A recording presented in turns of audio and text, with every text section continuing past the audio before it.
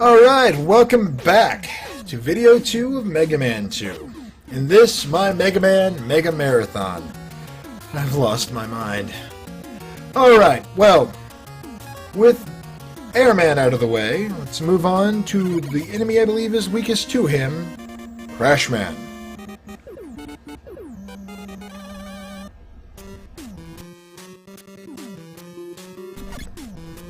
This level has got some of the most catchy music in my opinion, as well as some of the most memorable enemy types, what I like to call the Metal Oreos. Also, I see that the strange spheres from the background of Bomb Man's stage in the first game have made a reappearance, which I think is no coincidence given that they're both explosive-oriented enemies. But I cannot help but wonder precisely what these things were meant to represent. Maybe just a bomb. I don't know. I can't believe I managed to grab that.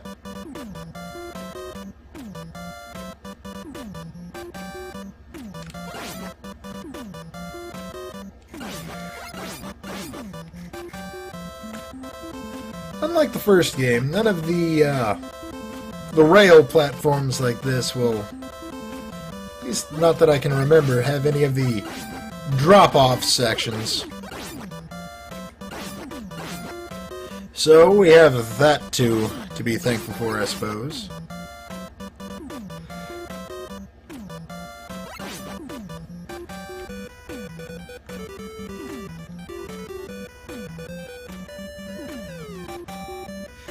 Wonder why the clouds in this area aren't as dynamic as they are in Airman's stage. Why they chose not to go ahead and make them pulsate like the other ones, or if it was perhaps a technical limitation.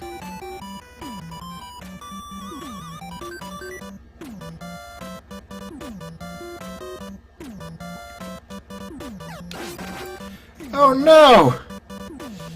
Well, thank God for scrolling levels, otherwise that could have been quite detrimental. Death-tremental, one might say.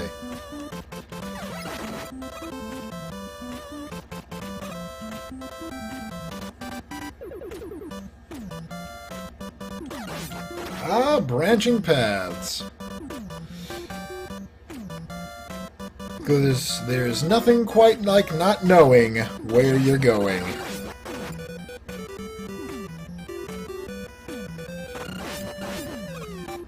One major flaw in this game, however, in my opinion, is that if you attempt to pick up restorative power-ups like health or weapon energy while you're on a ladder, unless they are grounded and not falling, you won't pick them up, even if they fall directly over you, just like that.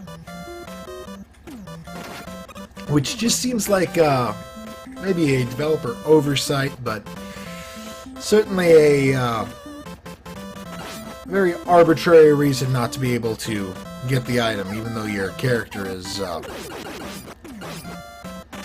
clearly moving over the power-up. Alright, and in the interest of saving some time, I can show you what that item 2 here does. It's a rocket! A sort of prototype to the Rush Jet.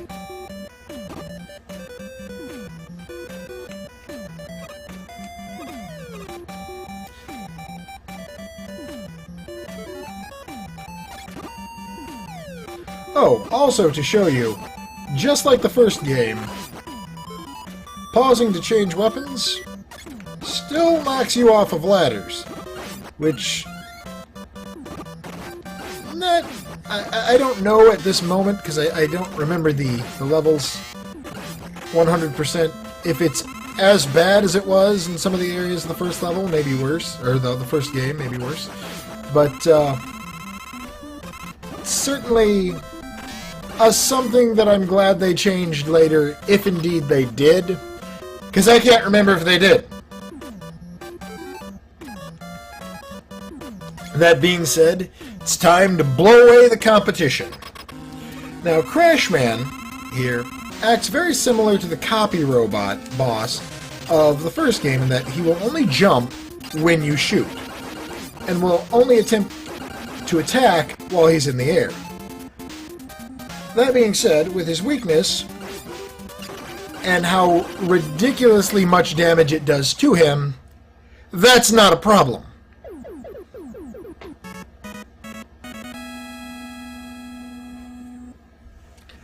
And so ends Crashman, gifting us with the Crash Bomb. Excuse me, Crash Bomber. An interesting weapon, and one I am particularly unfond of, or at least in how it was implemented, for reasons you will see later. However, let's move on to Flashman.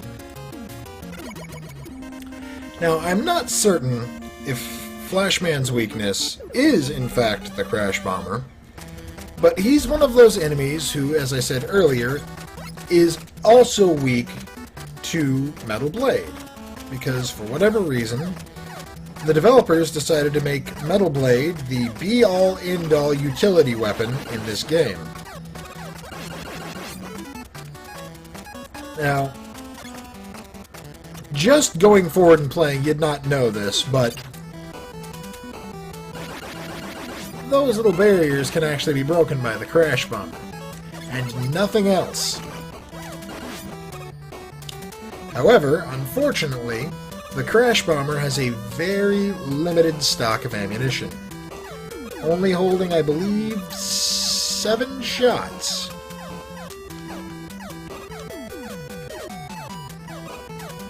Ah, come on. I want that health. Give it to me. Well, wait, no, it was a life, wasn't it? Oh, well. Not worth the effort.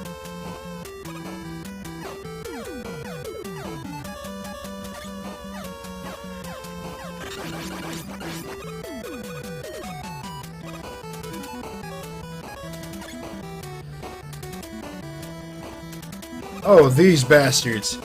Yeah, the Sniper Joes are back, and this time they're mad and with mechs, which do incredibly high amounts of damage. So, I'm just gonna try to get rid of that just like that. They're more predictable in that I don't believe these ones... Do they jump after a couple of rounds? No, apparently they don't. But, once again, those mechs... Oh, come on, there we go. Those mechs do absolutely crazy high amounts of damage to hit you. About as much as the Big Eye from the first game.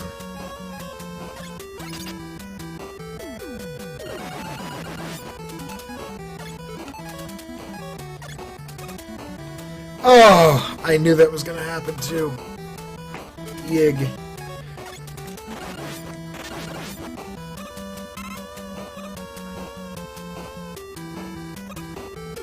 Well, at least I got to avoid Mr. Shifty Grinder there. Oh, hello! Oh, these mechs can also shoot. I don't believe their projectiles deal nearly as much damage, however, as their contact damage. Well, that was a poor trade-off, wasn't it? I had sought to take the contact damage to get get that little health that he had, but clearly not a worthwhile trade.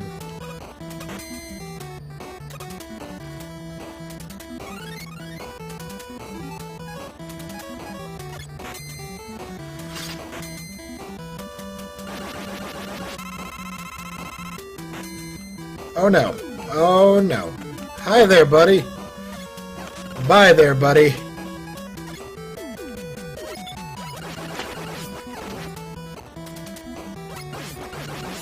I'm somewhat good at video games. Honest, I normally don't suck this bad.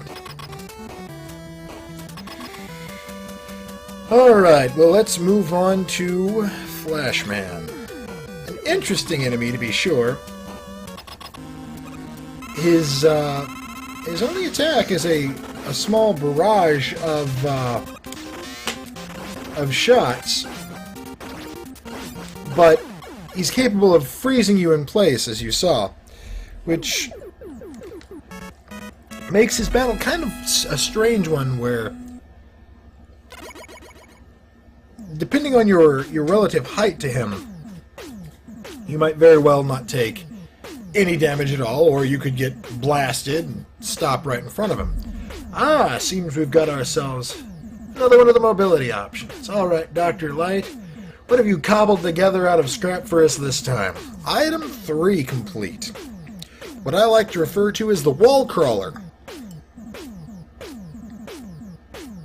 for reasons that will be obvious when I come to use it.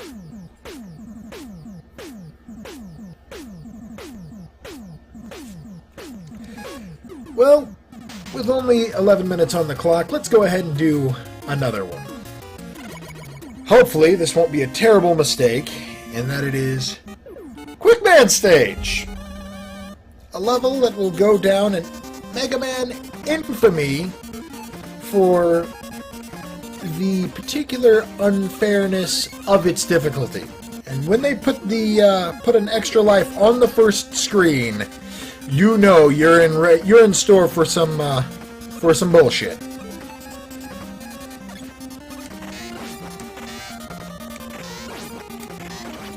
You see, this level has a gimmick from hell, which appears one more time in Mega Man X5. These, the quick lasers. Touching these is death. Instantaneous death. And they go quite quickly right across the screen.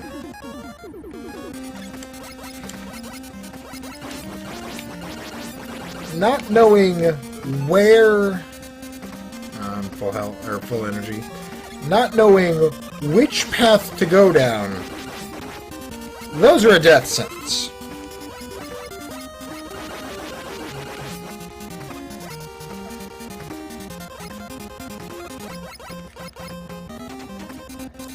And that's not the only area with them.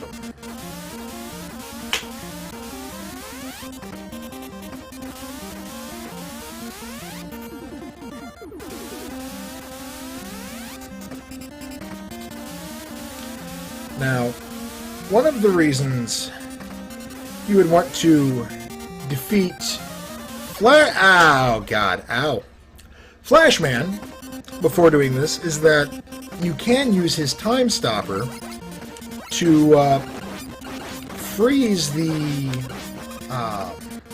quick lasers in place and give yourself an easier time of getting through. That being said, I'm using that phrase way too often. There's two downsides to that. One, Flash Stopper is Quickman's weakness. Oh, God. I was doing so well.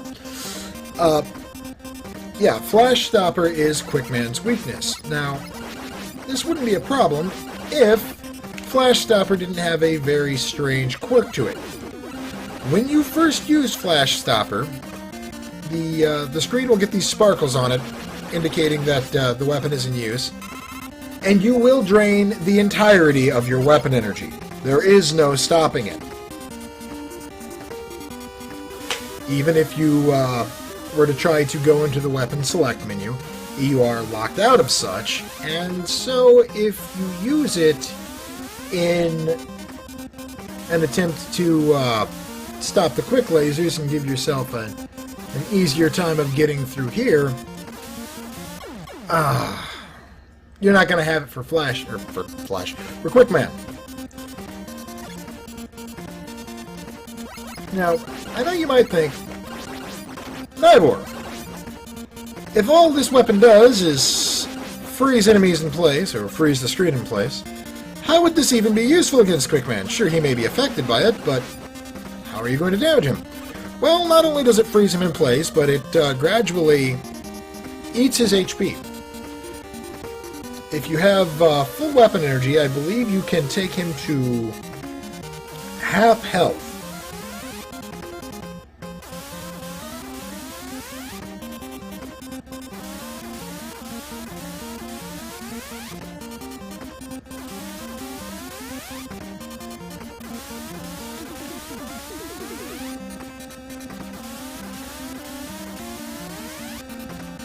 Okay. Well, at least I managed to make it through without losing all of my lives.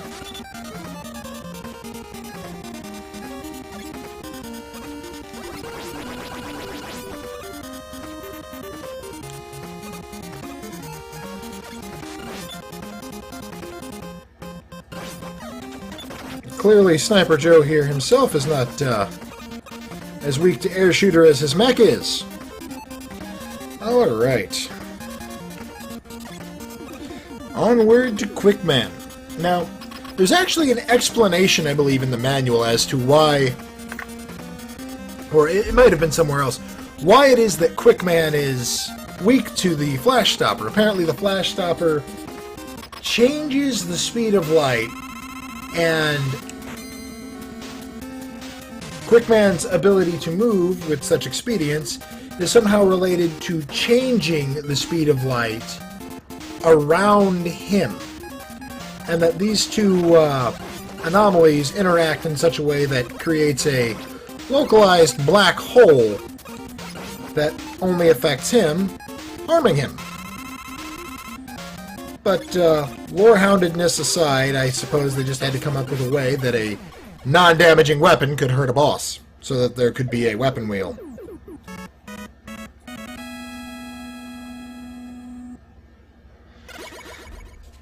But with Quickman out of the way, we've only a few Robot Masters left to go. 2, I believe. So we're going to go ahead and end this episode while acquiring the rather fruity Quick Boomerang. See you all on the other side.